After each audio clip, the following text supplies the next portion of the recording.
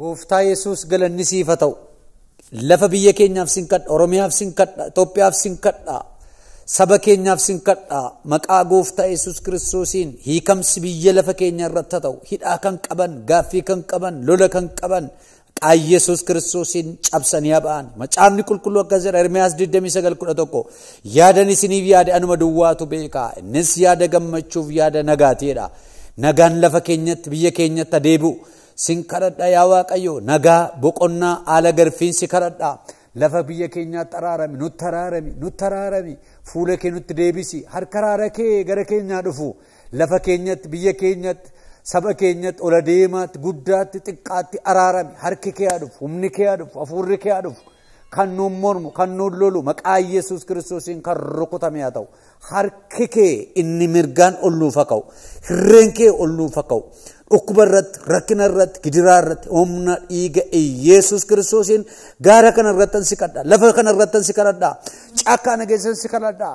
Yaa Waaqayyo biyya keenya ilaali, lafa keenya ilaali, Itoophiyaa ilaali, Oromiyaa ilaali, nu eebbisi, dhaloota kana hiiki, kan dhukkubsatan fayyan, kan gidirfaman hiikaman, kan rakkatan, kan bu'aa jiran yaadadhu, ilmaan kee wajjin ta'i, ulfinni kee haa mul'atu.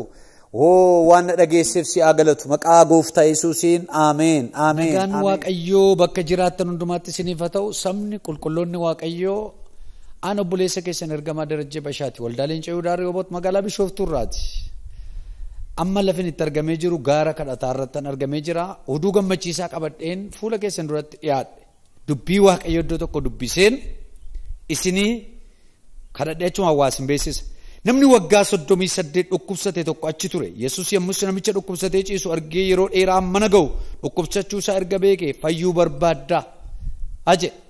Matureen kanarratti xiyyeeffadhee jiru fayyuu barbaaddaadha. Obboleessa koo obboleettii koo fayyuu barbaaddaa.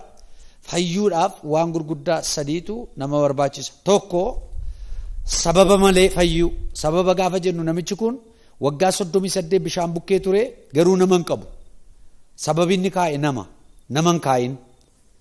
Inni lammaffaanii hulaagaa malee fayyu. Inni sadaffaan amananii fayyu. Kanaaf yoo Waaqayyo jedhe dhibeen kamiyyuu dhukkubi kamiyyuu kan Waaqayyo hin rukunne hin jiru.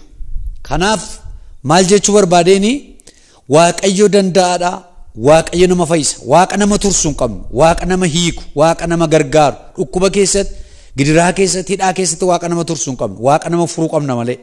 Kanaaf egaa kanumarra dhaabbadhaan obboleessi keessan gaara kadhataa kana irratti wanti isin beeksisuu barbaadu guyyaa gaafa 5 ji'a arfaffaa bara 2017 qidaamee jechuudha. Qidaamee nama 1,000f kadhachuu waan barbaaduuf fayyina addaa jechuudha. Dhukkubsataan kamiyyuu kan naafate, kan hin deemne, kan hin agarre, kan hin dhageenye, kibboof gaaffii adda addaa kan qabu furamuudhuman barbaada, hiikamuun barbaada. Namoonni jettanii dursitaniitu foddaa televiizyinii keenyarraa bilbila achirra jiruun bilbiltanii galmooftu. Utuu hin galmaa'in dura hin dhufina. Ofumaa rakkattu namoonni garmalee nu bukkee waan jiraniifi nutti baay'atanii waan jiraniif lakkoobsa galmee kana nama 1,000 qofa kan nuyi barbaannu. Kanaaf dursitanii galmaa'uudhaan erga galmooftanii booda immoo guyyaa gaafa sana jechuudha mooraa waldaa keenyaa keessatti waldaaleen Ce'uudhaa Rihooboot magaalaa Bishooftuu jechuudha bakka Geetsheet jedhamutti buutanii kan isin fudhatu makiinaan jira. Geetsheet ispaaltii marra dhaabattu nuun makiinaa qopheessineerra kan isin sassaabu jechuudha. Kanaaf dursaa galmaa'a namoonni ammarraa kaatanii galmooftanii bakka argachuu dandeessu, hidhaa keessan irraallee hiikamuu dandeessu. Aan obboleessi keessan ergamaa Darajjee Bashaa kadhachaa isin eegaan jira. Fuula Waaqa dura turaa gaara kadhataa kana irratti isinii kadhachaa jira. Qophiin xumurameera. Gooftaan isin haa eebbisu. Eebbifamaa biyya alaa, biyya keessa, fagoof dhiyoo suura namaa qabattanii dhufuu dandeessu. Paaspoortii qabattanii dhufuu dandeessu. Carqii qabattanii dhufuu dandeessu. Wanta gaaffii guddaa isin ta'e qabattanii dhufuu dandeessu. Namoonni gaaffii adda addaa nagaddanii milkaa'uu dadhabdan, suuqii banattanii, heeyyama baafattanii milkaa'uu dadhabdan qabattanii dhufuu dandeessu. Innis dhukkuba caalu iyyuu kana. Dhukkuba foonii yookaan dhukkuba mul'ataa miilan hojjenne gurran dhageenya ija nagar bakka namoonni baatamanii deeman isaan kanas fidaa. Kunoo asitti yoo laaltan kiraanchii kana wiilcharii kana yoo laaltan kana hunda Waaqayyo tiike. Appoostil darajee yookaan darajee waa keessaan qabu kan hiiku waaqayyo. Kanaaf gooftaan isin haa eebbisu eebbifama. Har'umarraa beeksisan dubbadhe kanarraa kaatanii bilbiltanii galmaa'uu dandeessu. Gooftaan isin haa eebbisu eebbifama. Wal argaa waldaa Leenca Yihudaa Rooboot magaalaa Bishooftuu Qidaame gaafa 5 bara 2017 ji'a arfaffaa wal agarraa naa jiraadhaa eebbifama.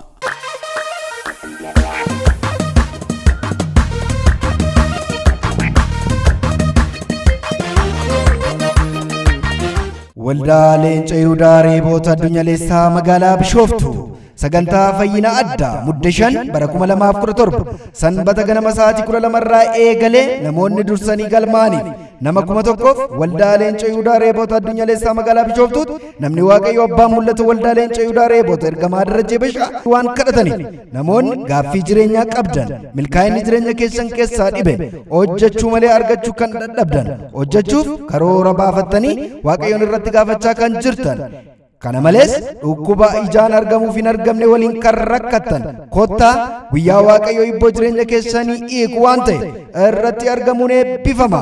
Waaqayyo akkuma kanaan dura godhaa ture ammas karaa nama isa wanta dinqisiisaa isiniif ni godha.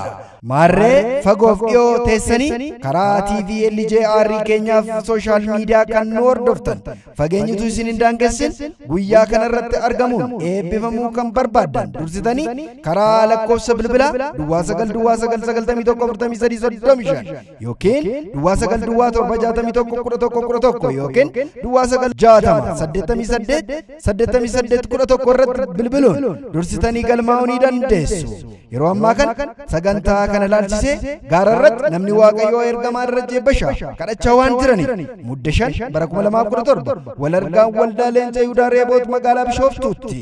Teessoon keenya magaalaa Bishooftuu daandii Finfinnee irraa dhufu Geetisheet irraa harka mirgaa meetira 500 Maagastaawusii ol darbee argama.